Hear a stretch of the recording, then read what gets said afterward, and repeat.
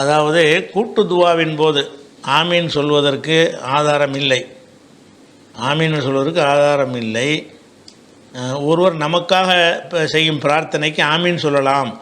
அதற்கு இப்னு மாஜா நூலில் ஆதாரப்பூர்வமாக ஹதீஸ் இருப்பதாக சொன்னீர்கள்.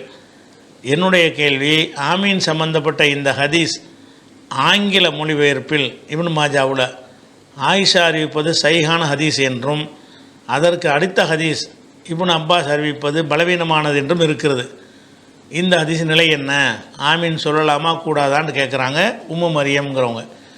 இதில் இந்த ஒரு பொதுவான விதியில் உள்ள குழப்பத்தினால, ஹதீஸ்களை விதி அல்லது சிந்திப்பதற்கு உரிய சட்ட விதிகளை விளங்காதனால இந்த கேள்வி வருகிறது. ஒரு விஷயத்துக்கு ஒரு பலமான ஹதீஸ் ஒன்று இருக்கிறது, பலவீனமான ஹதீஸ் ஒன்று இருக்கிறது. இப்போ ரெண்டு நான் என்ன செய்கிறதுன்னு குழம்புறீங்க. எதுக்கு குழம்புறீங்க? பலவீனமானது தூக்கி போட்டுருங்க, இல்லைன்னு ஆக்கிடுங்க, இருக்கிறது செயல்படுங்க. ஒரு ஹதீஸ் பலவீனமாக இருந்து நான் என்ன செய்கிறேங்க, பலவீனத்தை விட்டுருங்க. பலமானது ஒன்று இருக்குதா இல்லையா? பலமான ஒரு கோர்ட்டில் சாட்சி சொல்கிறாங்க, 10 சாட்சியை நிப்பாட்டுவாங்க, 8 சாட்சி பொய் சாட்சின்னு நிரூபணம் ஆயிரும். 2 சாட்சி சரியான சாட்சின்னா 2 சாட்சியை தீர்ப்பளிக்க வேண்டியதானே.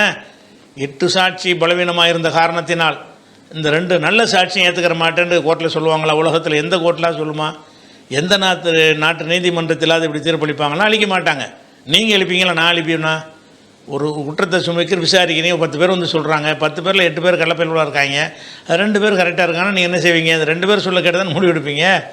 அதனால் நீங்கள் சொல்கிறபடி அந்த இப்னு அப்பாஸ் அறிவிக்கிறது பலவீனமாக இருந்துட்டு போகுது.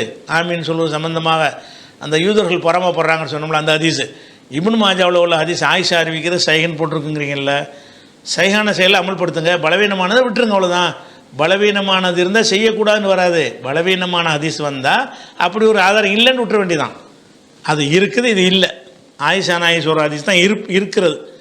இப்னு அப்பாஸ் சொல்லக்கூடிய செய்தி இல்லைன்னு வச்சுருங்க. பலவீனம்னா இல்லை, ஆதாரத்துக்கு ஏற்றதா இல்லைன்னு விட்டுற வேண்டியதான். இதில் 2 கருத்து வருது, வழியே இல்லை.